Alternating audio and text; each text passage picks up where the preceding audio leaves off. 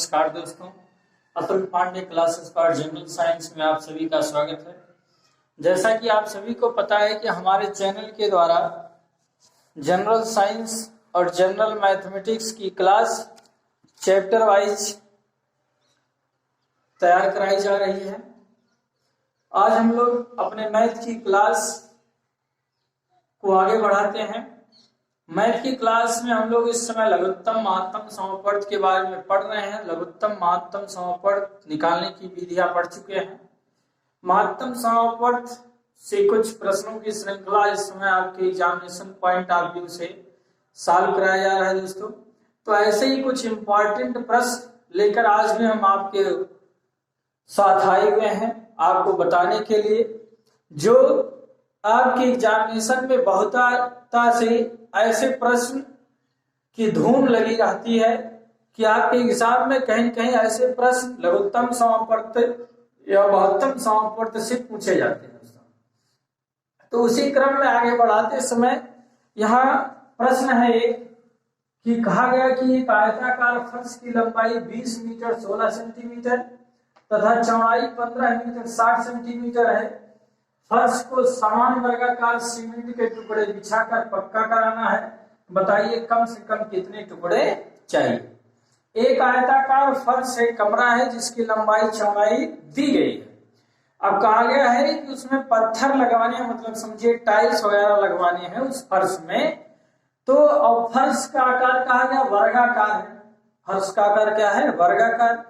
तो उस कमरे में वर्गाकार सीमेंट के कितने टुकड़े बिछा के या टाइल्स या पत्थर लगाकर उस फर्श को कवर किया जा सकता है। तो कह रहा है कम से कम कितने टुकड़े चाहिए, उन टुकड़ों की संख्या बताइए। अब देखिए कम से कम आ गई तो आप तुरंत कहेंगे कि लघुत्तम समवर्त निकाल लीजिए सर, हो जाएगा लघुत्तम समवर्त से। नहीं, टेक्निक है, प्रश्नों को समझना है। ऐसे काम नहीं होगी कम से कम तो लघुत्तम, अधिक से अधिक, बड़ी से बड़ी तो महत्तम।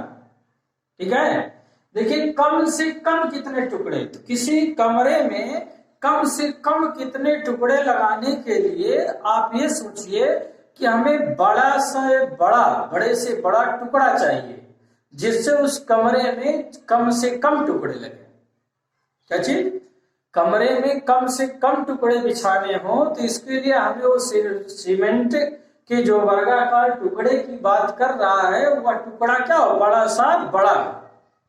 ठीक, बड़े से बड़े टुकड़े की जरूरत होगी। इसका मतलब कि हमें क्या निकालना पड़ेगा इस प्रश्न में? महत्तम समापवर्त निकालना पड़ेगा। क्या निकालना पड़ेगा?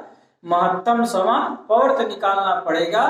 तब पता चलेगा कि इस वर्गाकार सीमेंट के टुकड़े की लंबाई, मतलब उसकी एक भुजा की लंबाई कितनी है और कितने वर्गाकार टुकड़े की जरूरत होगी फर्श को ढकने के लिए। ठीक, तो चलिए क्या कहा गया यहाँ पर, प्रश्न को हल करते हैं। आप लोग भी सॉल्व करिएगा। देखिए यहाँ पर लंबाई दिया गया है 20 मीटर और 16 सेंटीमीटर। लंबाई कितना दिया गया? 20 मीटर और 16 सेंटीमीटर। तो हम क्या करेंगे कि पहले इनको सेंटीमीटर में बदल लें, क्योंकि दो अलग अलग इकाइयों में मीटर सेंटीमीटर। तो देखिए 20 मीटर मतलब हो गया 2000 सेंटीमीटर और 16 सेंटीमीटर मतलब हो गया कितना? तो हो गया 2016 सेंटीमीटर हो गया टोटल। लंबाई आ गई 2016 सेंटीमीटर। देखिए मीटर सेंटीमीटर में साथ एक यूनिट में, एक इकाई में करते हैं इसको। फिर देखिए चौड़ाई क्या है? 15 मीटर और 60 सेंटीमीटर। चौड़ाई क्या है? 15 मीटर और 60 सेंटीमीटर। तो 15 मीटर मतलब 1500 सेंटीमीटर और 60 सेंटीमीटर मीन्स 1560 सेंटीमीटर। ठीक है, इस कमरे की लंबाई और चौड़ाई मिल गई। कमरे की लंबाई और चौड़ाई मिल गई। अब इनका महत्तम समापवर्त निकालिए। इनका क्या निकालिए? महत्तम समापवर्त निकालिए। तो छोटी संख्या से बड़ी संख्या में भाग करिए। 1560 से भाग करना पड़ेगा किसमें? 2016 में। 1560 से भाग करिए कितने में? 2016। अब 1560 से जब 2016 में भाग करेंगे तो देखिए भाई कितनी बार जाएगा, एक बार जाएगा। ठीक है, 1560 घटा दीजिए 6, 11 में से 6 जाएगा 5, यहाँ 9 बचेगा क्योंकि इसको हासिल दिया, 9 में से 5 जाएगा 456 बच गया। अब इस 456 जो शेष बचा उससे ये जो भाजक था ये भाज्य बन जाएगा। तो अब ये जाएगा 3 बार, 456 से 3 बार, तो 6 त्रिक 18, हासिल लगाएगा 1 और 3 बचे 15, 1 16, फिर हासिल लगाए 3 चौक 12, 1 13, यह आ गया 1368। फिर देखिए इसको हासिल दिया 10, 10 से 8 आया 2, बचा 5, 5 से 6 15, 15 से 6 जाएगा 9, फिर बचा यहाँ पे 4, 4 से 3 गया 1, 192। अब 192 से 456 को करेंगे, भाग विधि से का महत्तम समापवर्त निकाल लेंगे। तो 192 से 456 को करेंगे तो ये लगभग 2 बार भाग जाएगा 192 से, तो 2 दूना 4, 2 9 18, हासिल लगा ले 2 एकम 2 और 1 3, मतलब 384 हो गया। फिर घटा लीजिए 6 से 4 गया 2, 15 से 8 गया 7, 72 आ जाएगा। अब 72 से 192 को करिए तो 72 से 192 करें तो 2 बार जाएगा। ठीक है, 72 से 192 2 बार, 72 से 192 2 बार, तो 7 दूना 14, 144 हो गया। घटा दीजिए 12 में से 4 जाएगा 8, और फिर क्या बच जाएगा यहाँ पर, 8 में से 4 गया 4, 48, 48 से 72 को करिए तो 48 से 72 एक बार, अब आ जाएगा 24, फिर 24 से 48 को करेंगे तो 24 से 48 2 बार करेंगे। मतलब इन दोनों का महत्तम समापवर्त क्या आ गया, इन संख्याओं का महत्तम समापवर्त कितना मिल गया, 24 मिल गया। इन संख्याओं का महत्तम समापवर्त कितना मिल गया, 24 मिल गया। मतलब कि वो जो वर्गाकार सीमेंट का टुकड़ा है, उस वर्गाकार सीमेंट के टुकड़े की लंबाई 24 सेंटीमीटर। वर्गाकार सीमेंट की टुकड़े की लंबाई कितनी है, 24 सेंटीमीटर। जो महत्तम समापवर्त निकलेगा उस सीमेंट के टुकड़े, उस टाइल्स या पत्थर जो कुछ भी कहा जाए, ठीक है, उसके एक टुकड़े की लंबाई निकलेगी, वर्ग की एक भुजा निकलेगी। तो यहाँ टुकड़े की लंबाई आ गई है, टुकड़े की लंबाई मिल गई, टुकड़े की लंबाई हो गई 24 सेंटीमीटर, 24 सेंटीमीटर टुकड़े की लंबाई। लेकिन प्रश्न में पूछा जा रहा है कि कम से कम कितने टुकड़े लगेंगे फर्श को ढकने के लिए। तो फर्श को ढकने के लिए कम से कम कितने टुकड़े लगेंगे, मतलब टुकड़ों की संख्या पूछी जा रही है।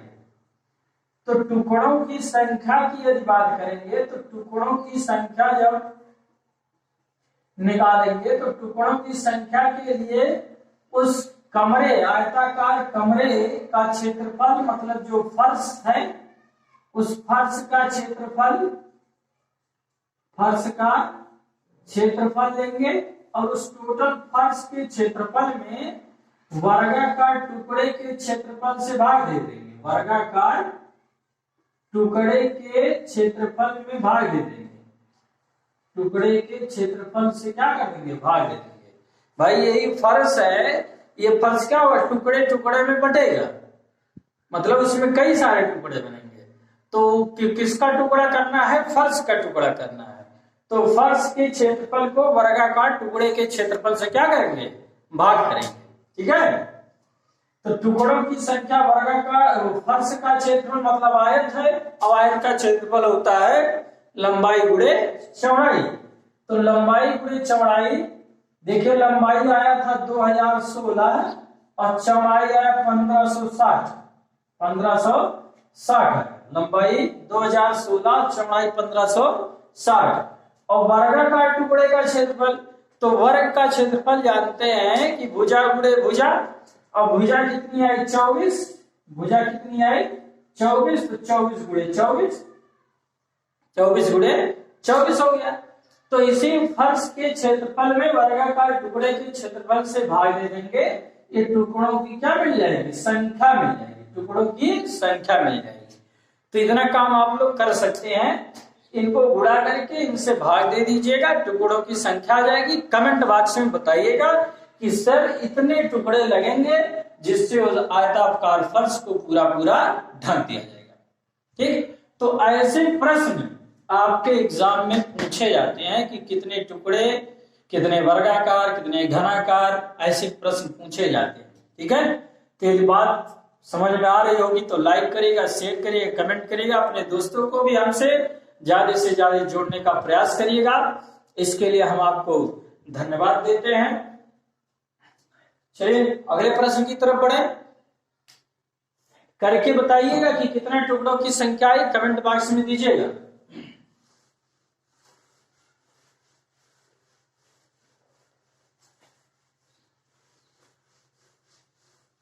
देखिए वीडियो को लास्ट तक देखने का प्रयास करिए, क्लास को पूरा ज्वाइन करिए।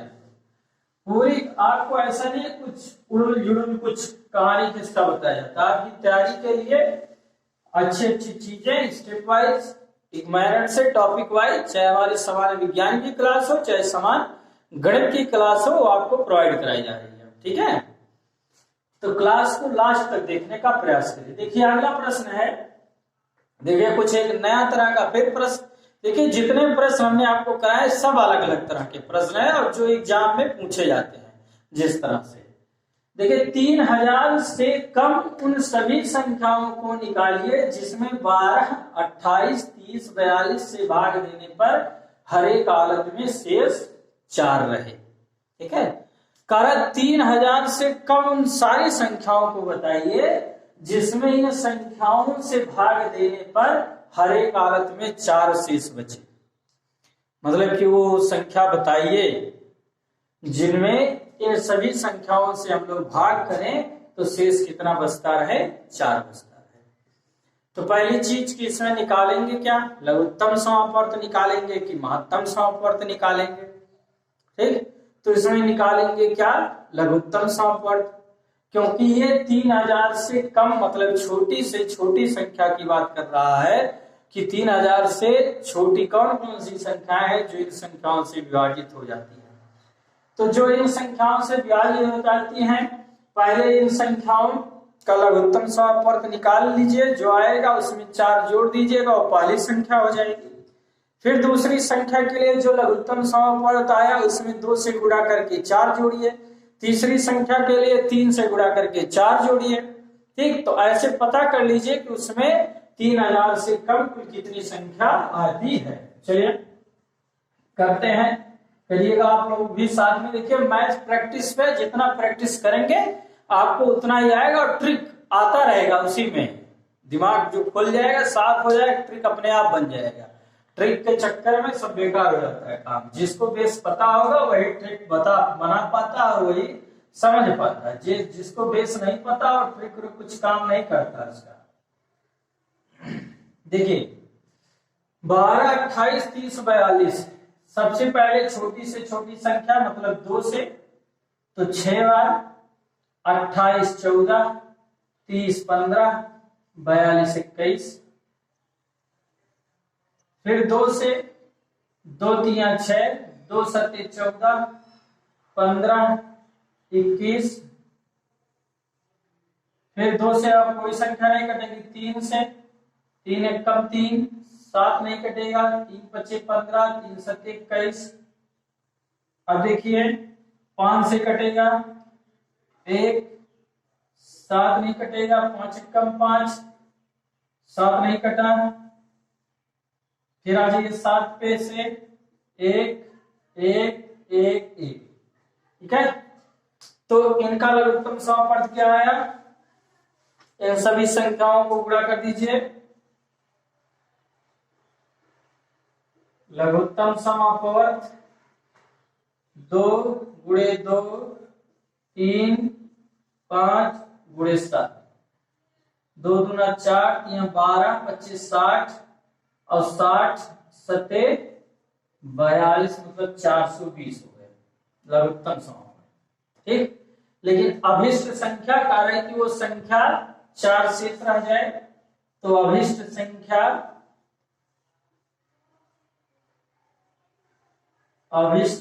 क्या बचेगी, 420 में 4 को जोड़ देंगे तो 424 आ गया। 420 में 4 को जोड़ देंगे तो 424 आ गया। मतलब कि ये पहली संख्या होगी, क्या होगी, पहली संख्या होगी जो 3000 से कम है और दी हुई संख्याओं से विभाजित हो जाती है। पहली संख्या है जो 3000 से कम है और दी गई संख्याओं से विभाजित हो जाती है, ठीक। लेकिन कहा गया 3000 से कम, तो आपको बताना है कि 3000 से कम उन सभी संख्याओं को निकालिए। मतलब कि कितनी संख्या 3000 से कम है जो इन सभी संख्याओं से विभाजित हो जाए और 4 क्या बचे, शेष बचे। तो दूसरी संख्या, आगे दूसरी संख्या मतलब क्या होगा, तो दूसरी संख्या को निकालने के लिए देखिए पहली संख्या 420 आई, दूसरी संख्या क्या आएगी, 420 का मल्टीपल आएगा, अपवर्त आएगा। तो 420 में 2 से गुणा करके उसके बाद 4 को जोड़िए, ठीक है। ये नहीं करेंगे कि 424 में 2 से गुणा करेंगे, नहीं, 424 में 2 से गुणा करेंगे तब तो शेष बढ़ जाएगा, शेष उसमें 8 आने लगेगा, क्योंकि 4 पहले बढ़ा, 4 फिर बढ़ गया तो 8 शेष आ जाएगा, जबकि कारण शेष 4 ही आना चाहिए। तो शेष को बाद में जोड़ेंगे, शेष को बाद में जोड़ा जाएगा। तो यहां संख्या क्या बनेगी, 420 गुना 840 और 4 844, कितना हो गया, 844। ये दूसरी संख्या बन जाएगी 3000 से कम जो इन संख्याओं से विभाजित होगी। फिर ऐसे हम लोग तीसरी संख्या निकालेंगे, क्या निकालेंगे, तीसरी संख्या। इसी तरह से तीसरी संख्या निकालेंगे, तो तीसरी संख्या निकालने के लिए फिर 420 में 3 से गुणा करें और 4 को बाद में जोड़ दें, तो हो गए 4 तिया 1260 और धन 4 बराबर 1264, ठीक। फिर आगे चौथी संख्या की जरूरत पड़ेगी, अभी और भी संख्या निकलेगी जो 3000 से कम है और 12, 28, 30, 42 से विभाजित है और विभाजित होने के बाद 4 शेष बचता रहेगा उसमें। तो चौथी संख्या के लिए फिर 420 में 4 से गुणा करके और 4 को जोड़ दीजिए जो शेष बच रहा है, तो हो जाएगा 4 चौक 1680 और 4 मतलब 1684 हो जाएगा, ठीक। इसी तरह से पांचवी संख्या मिलेगी, छठी संख्या मिलेगी, सातवीं संख्या मिलेगी, ठीक है। लगभग 7 संख्याएं मिलेंगी, लगभग कितनी मिलेंगी, 7 संख्याएं, लगभग नहीं 7 संख्या मिलेगी, क्योंकि 7 चौक 28, 7 चौक 28 हो जाएगा और 20 सत्ते 140 मतलब 2940 हो जाएगा। अंतिम संख्या क्या होगी, 2940 होगी 3000 से कम। 4 और जोड़ देंगे, शेष बच रहा है, तो 2940 और 4 2944, ठीक। मतलब 3000 से छोटी जो संख्या है वो 2944 है, जो 12, 28, 30, 42 से भाग देने पर 4 शेष बचेगी। क्लियर है बात समझ में। तो इसी प्रश्न में ये घुमा के आपसे प्रश्न पूछेगा कि 3000 से कुल कितनी, 3000 से कम कुल कितनी संख्या है जो इन संख्याओं से भाग देने पर 4 शेष बचे। 3000 से छोटी संख्या कौन है जो इन संख्याओं से भाग देने पर 4 शेष बचे। 3000 के नजदीकी छोटी संख्या कौन सी है कि जो इन संख्याओं से भाग देने 4 शेष बचे, या छोटी से छोटी संख्या या कुल कितनी संख्या।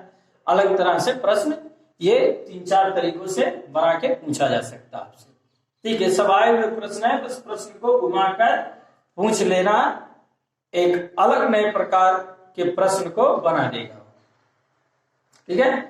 चलिए छोटा सा प्रश्न जो आपके एग्जामों में आया हुआ है, कहा गया है कि यदि a और b सहभाज्य संख्याएं हैं तो उनका लघुत्तम और महत्तम समापवर्त निकालिए। इसको सॉल्व करके आप लोग कमेंट बॉक्स में दीजिएगा कि 5वीं 6वीं संख्या ये होगी सर, पश्चिमी 4 संख्या मैंने निकाल दिया, पश्चिमी 6वीं और 7वीं संख्या, टोटल 7 संख्या होगी, मैंने बता दिया।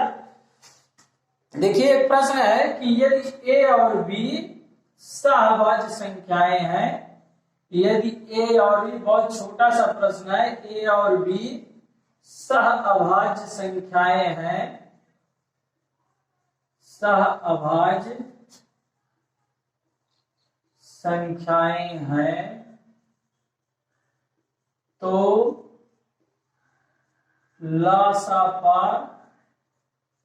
और मासापा क्या होगा? लासापा और मासापा क्या होगा? ठीक है, लासापा और मासापा क्या होगा? यदि ए और बी सहअभाज्य संख्याएं हैं तो लासापा और मासापा क्या होगा? लघुत्तम समापवर्त और महत्तम समापवर्त क्या होगा? तो देखिए ए और बी सहअभाज्य संख्याएं हैं, तो सहअभाज्य संख्याओं की परिभाषा संख्या पद्धति पढ़ाते समय बताई गई कि सहअभाज्य संख्याएं वे होती हैं जिनका मासापा कितना होता है? 1 होता है, जिनका हाईएस्ट कॉमन फैक्टर 1 होता है, जिनका महत्तम समापवर्त 1 होता है।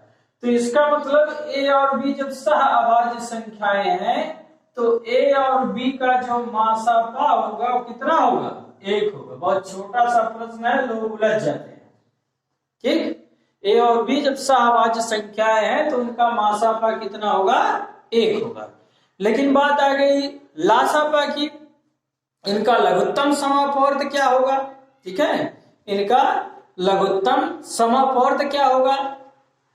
तो ये बताया गया है कि लघुत्तम समापवर्त जो उनका गुणनखंड मिलेगा वो होगा, या फिर जो बचा उसको भी लेके दोनों संख्याओं का गुणा करा देते। मतलब छोटी सी चीज ये है कि लासापा बराबर होता है दोनों संख्याओं का गुणनफल। ठीक है, क्या होता है? लासापा जो होगा वो दोनों संख्या का गुणनफल होगा, दोनों संख्या का गुणनफल। या फिर ऐसे भी जानते हैं कि मासापा गुणे लासापा बराबर दोनों संख्याओं का गुणनफल है। दोनों संख्याओं का क्या है? गुणनफल है। तो दोनों संख्या क्या है? एक संख्या ए है, दूसरी संख्या बी है, तो क्या हो गया? A B. मतलब इनका लासापा कितना होगा? ए बी होगा। ठीक, कुछ करना नहीं था, बस इतना सा जानना था।